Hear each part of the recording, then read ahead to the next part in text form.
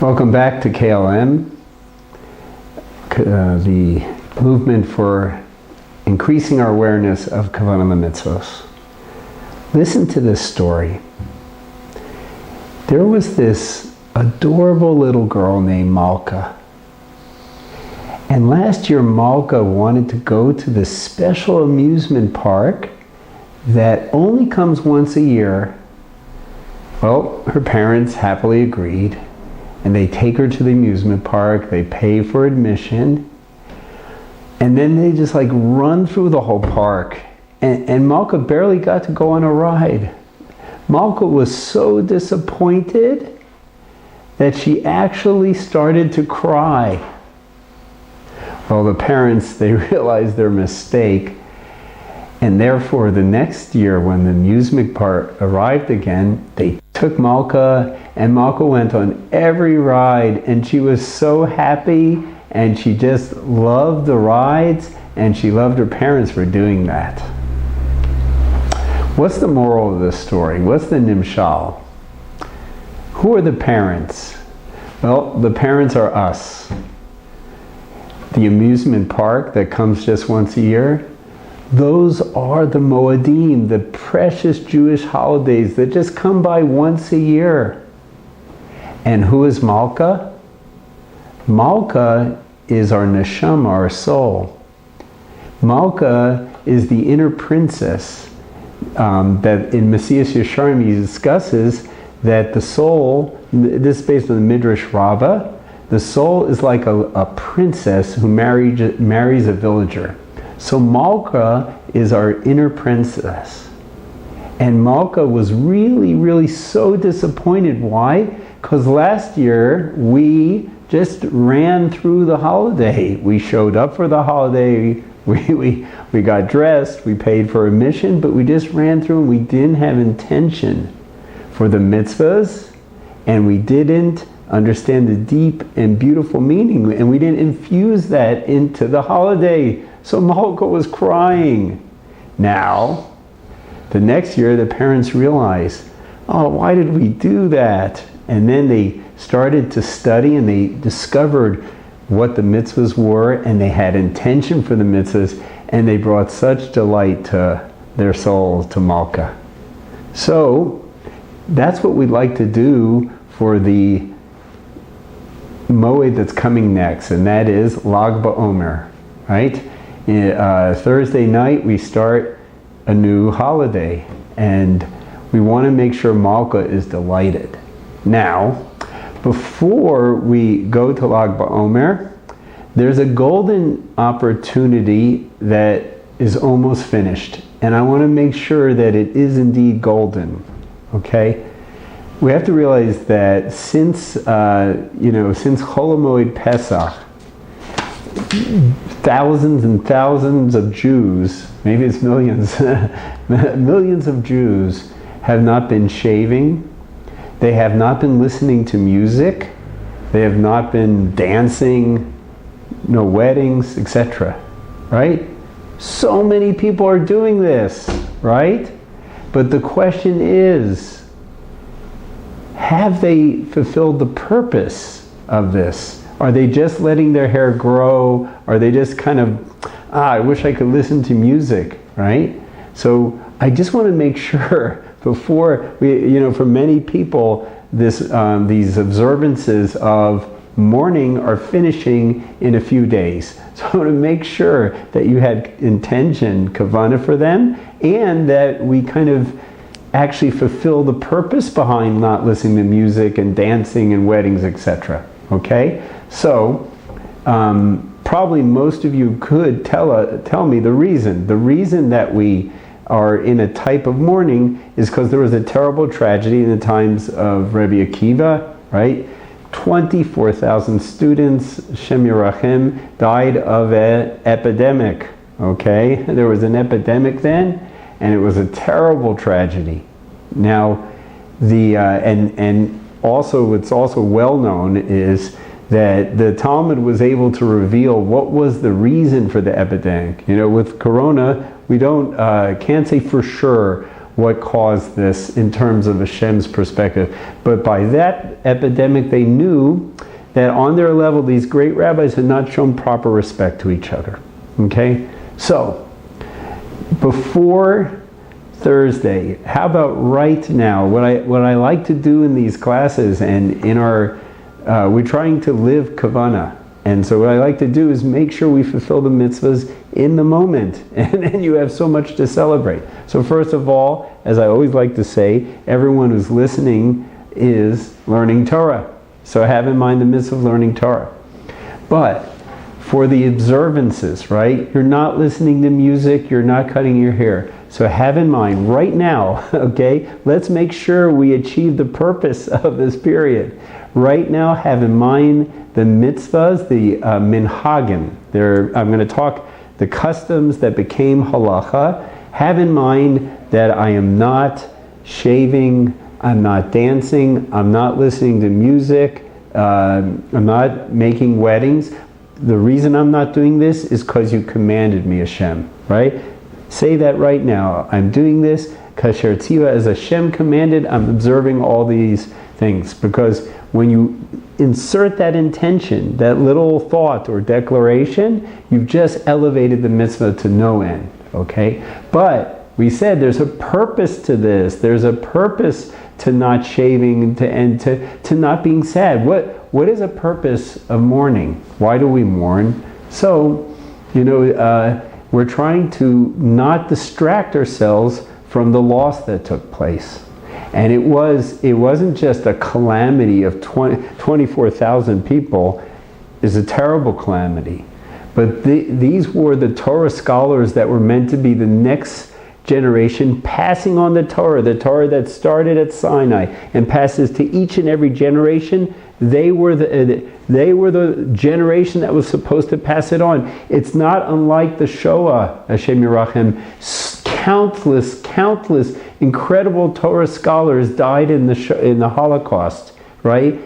Devastating, right? So in this time there was a loss, and thank God Hashem rebuilt it through Rabbi Akiva. But let's just take a minute to think about this. And by the way, before we do this, I want to do an exercise in mourning. But before we do this, you realize I want to explain something.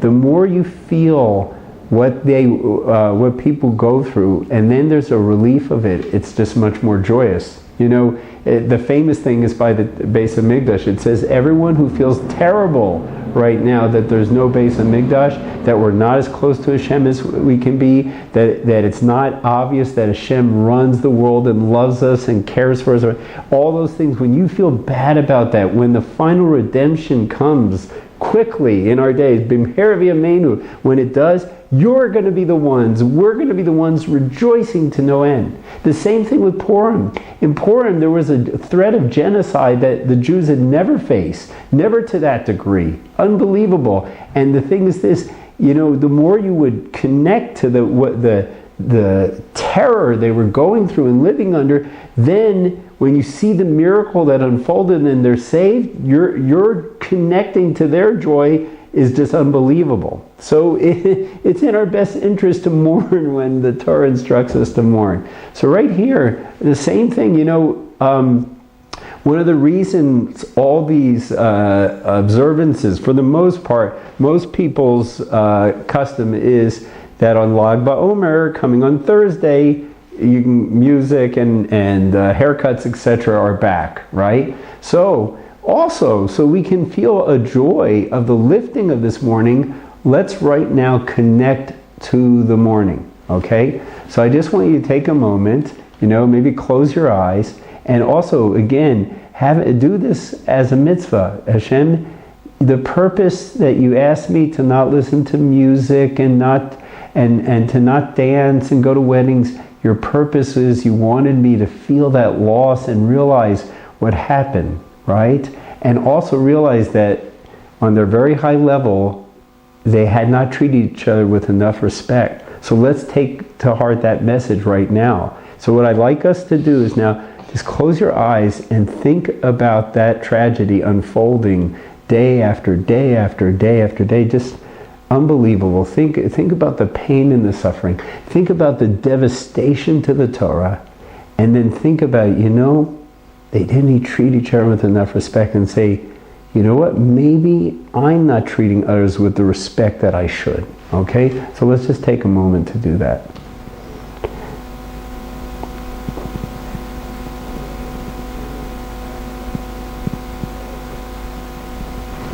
Okay, that is the avoda, the service that we've been commanded to do in this time period. Let's move to Lag BOmer, okay, a completely different atmosphere. And let's approach Lag BOmer so that our inner princess Malka will be thrilled, okay? So, the first thing is this. With Lag BOmer, what do you think of when you think of Lag BOmer? So, most people will say bonfires, and they're correct, and singing and dancing.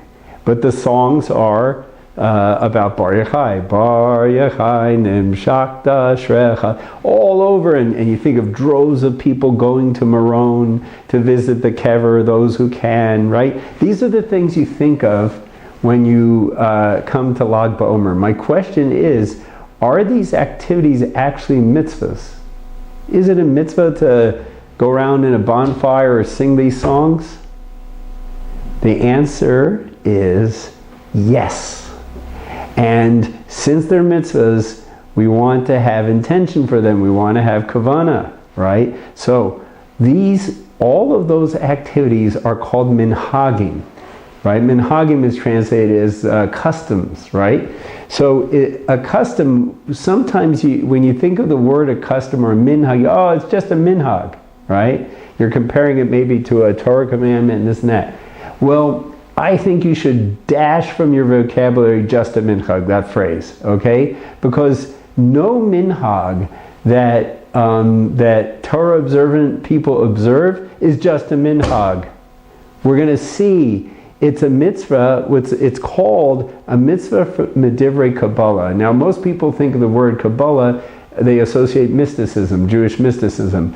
That's not what we mean here.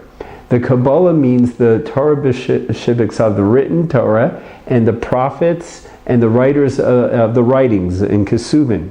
So, what do we have here? You would think if there's our observance, we do the commandments of Hashem, right? So you would think that's our religion is based on Torah commandments.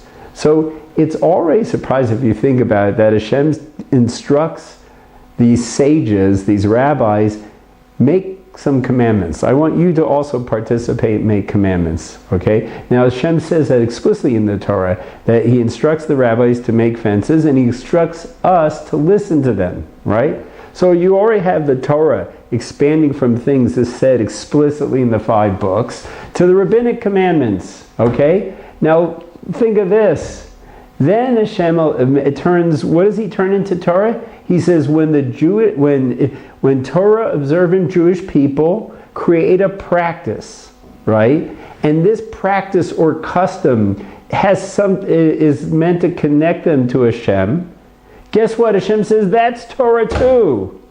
The Gemara, Tosfos brings this out. The Gemara says, Minhage Yisrael Torahi. The Minhagim are Torah, right? It's really amazing.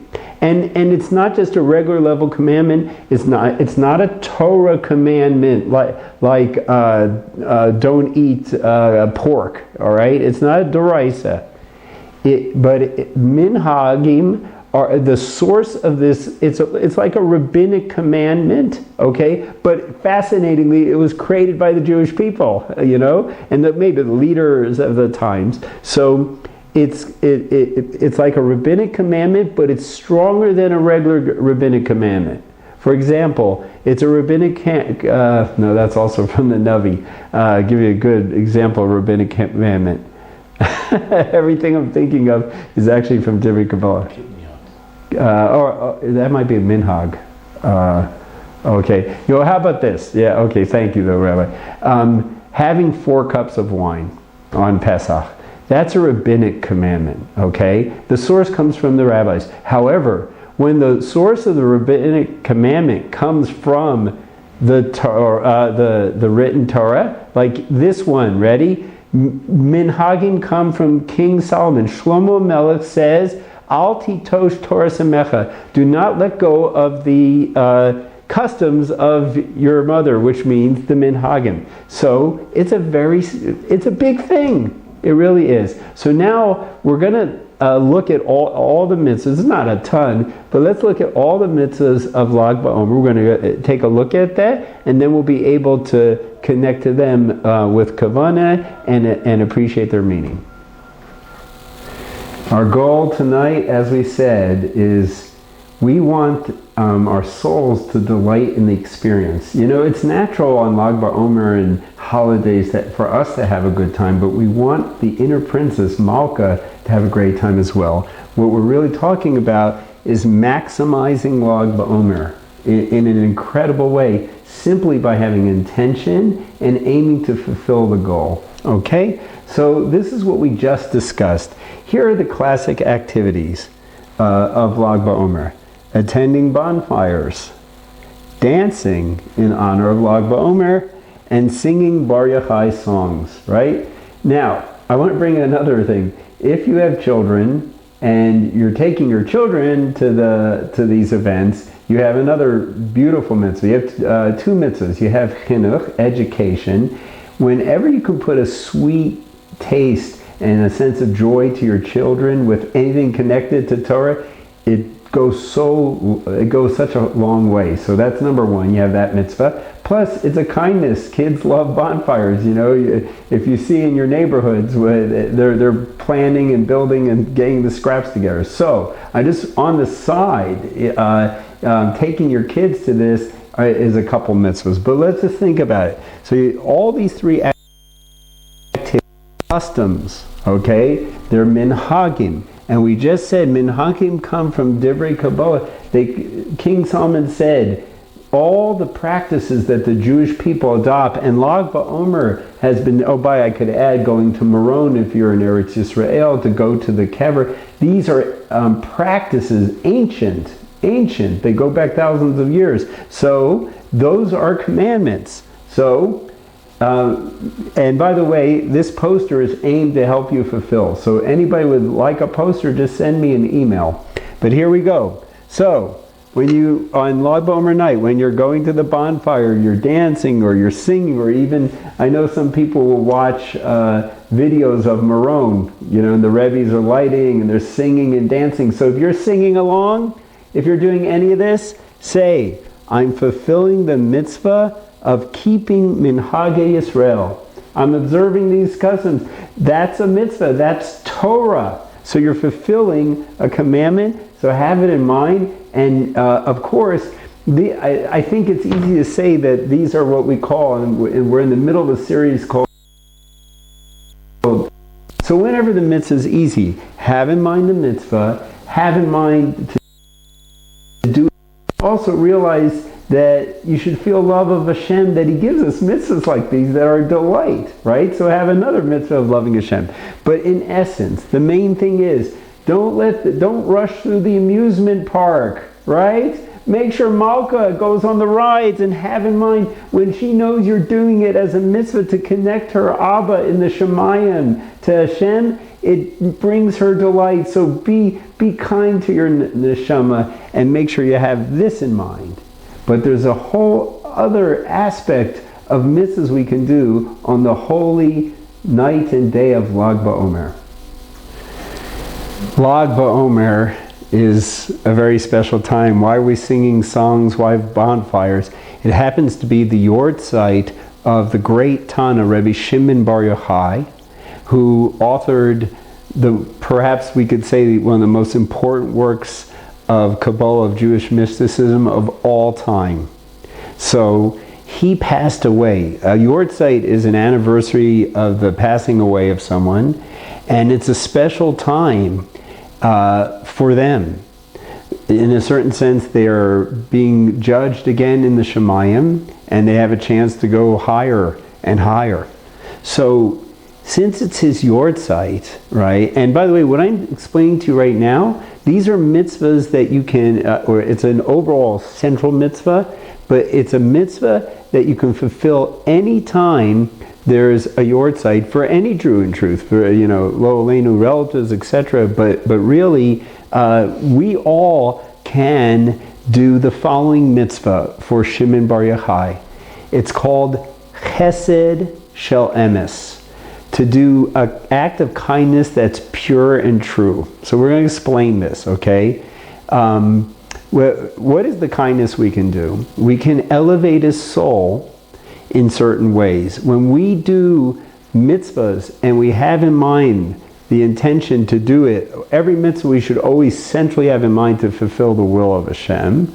But then also when you can attach to it, and I want this to provide merit for the elevation of their soul. That, again, this is a principle that applies to all yard sites. But what I'm saying to you, for Bar Yochai, let's do this. You realize what he's done for us? Okay? So, let's just explain this concept that's called a Hesed Shel Emes, a true act of kindness. So, this is based in the Gemara, but the Marshal, I'm going to bring the Maharshal's explanation of this, okay? The idea of this, what makes an act of kindness truly, absolutely what we call true, is that you do it for the other and you do the kindness without receiving any reciprocation, right? So the Marshal points out that a person who, let's take Rabbi Shimon Bar Yochai, right? He cannot reciprocate, okay? Maybe the mitzvah, but doesn't count. If you do a kindness for a person with no expectation of reciprocation, but whatever, they can't reciprocate, that's called Chesed Shel Emes. So it's a very lofty form of kindness. I have to tell you this, I'm mentioning my past with this, but I realized something. I remember, I want to give my grandmother, Leah Shalom, I want to give her an elevation of the soul. I remember when I was a teenager, she used to take me out to get a sandwich, and she would always take me there. I love these sandwiches, I love the food, and the truth of the matter is, I was a teenager. I'm going to confess this, that teenagers sometimes are in their own world. So, I just went there to eat, right? And so the truth of the matter is, the Marshal says a person who's dead cannot reciprocate, but a person who's in their own world, unfortunately, they're not capable of reciprocating. So my point is this: if you ever, it could be a child, it could be a teenager, whatever, it could be anybody, that when you're kind to them and they're just not capable of giving back to you and reciprocating, that is a pure kindness, a kindness of truth. And why is it so special? Because, all acts of kindness are rooted in the following Torah commandment: halakta b'drachav, to walk in God's ways, to emulate Hashem, to be like Hashem. Can you reciprocate to Hashem? No, impossible. The nature of the God we worship needs nothing and can receive nothing in essence, right? So when you do that, when you give without getting back or having expectations, it's such a beautiful, pure, and true act of kindness. Okay? So let's take a look here. First of all, so in truth, by observing the yard site of Shimon Bar Yochai with the intention of giving him an elevation of the soul in these ways, you're fulfilling a Torah commandment. Because all acts of kindness are, as we said, they're rooted in halakta b'dracha, walking God's ways, a Torah commandment. Let's again look at what you can do on Lag BOmer. So first of all, you can make blessings with Ilya Nishmas, right? You make a blessing on food or wherever. You can say to Hashem, but this is, remember, please don't skip over the fact that your motivation number one is you're doing it as a commandment, okay? But it's beautiful. We can attach prayers for the sick, and we can do the kindness of elevating neshamas. So you would say, Baruch atah Hashem, you say, I have in mind to fulfill the mitzvah of my Creator, and I want this to be for the Ilya Nishmas, for the elevation of the soul of Shimon Bar Yochai, right? You just did a kindness, and again, what he brought, the light he brought to the world, it's really worthy of us to reciprocate as best as we can. Learning Torah, okay? Learning Torah provides us a profound aliyas neshama, but there's a special, if it's a rabbi like this, when you learn the Torah that the rabbi produced, that's even a greater aliyas neshama. The Gemara in Baruch says when a rabbi's Torah is being learned down here, their lips are, if you will, moving in the grave, at least figuratively. Okay? So learn, to the degree you can, learn some Zohar or some Gemara or some Midrash. Rabbi Shimon fills our oral law. So that's another thing. And have in mind the mitzvah of Hesed of Emes.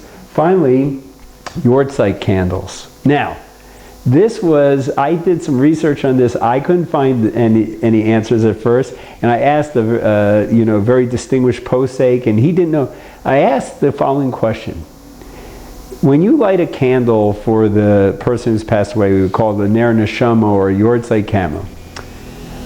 What does that do exactly? What effect does it have? I mean, it seems to be you're honoring them, but is it merely just an act of honoring their memory, or does it affect them in some way? So I give credit where credit's due. There's a fantastic halacha email called Ben Olam Haba halacha, and he does a beautiful job. I encourage you. So anyhow, I discussed with him, and he brought me two sources. First of all, Rabbeinu Bachaya says, right, a great Rishon, a great commentary, he says when you light the neshama on the Yortzeit, he says the neshama gets a sublime pleasure, because it says in Mishlei that Ner Hashem Nishmas Adam, that the neshama is compared to a ner, so it's not just a metaphor. In other words, it brings this incredible sense of delight. So you're bringing delight to the neshama of Bar Yochai. Do you realize what a privilege that is? Or with anyone that's passed away. So number one, it causes them a delight. And then he also brought out that the Rush says that for example, when you light for a niftar on Erev Yom Kippur, it brings an atonement. So you hear, again, we see there's so much going on in these minhagim, these custom light a Yortzeit candle. So what you should do is, that's also on the list, right? So, and again, I remind you, if this will help you, you won't forget. If you like a poster, let me know. But here you go. This is what you say: I'm fulfilling the mitzvah of Hesed Shel Emes, to do a true act of kindness, which is a fulfillment of halakha b'drachav, of walking in God's ways, emulating His kindness, which is so profound. So, as I said, we opened up with a metaphor, which is, there's this adorable girl named Malka. She goes to the amusement park that she's been waiting for all year. The parents rush her through. So disappointing, right? What was it we said? The nimshal is don't let a moed appear and rush through it without having intention for the mitzvahs and appreciating the depth. Because if you do that, if you stop and you have intention and you connect and you make sure, am I fulfilling the intention behind this mitzvah? When you do that, you bring such delight to your inner princess. And when your inner princess is happy, I assure you, you will be happy as well.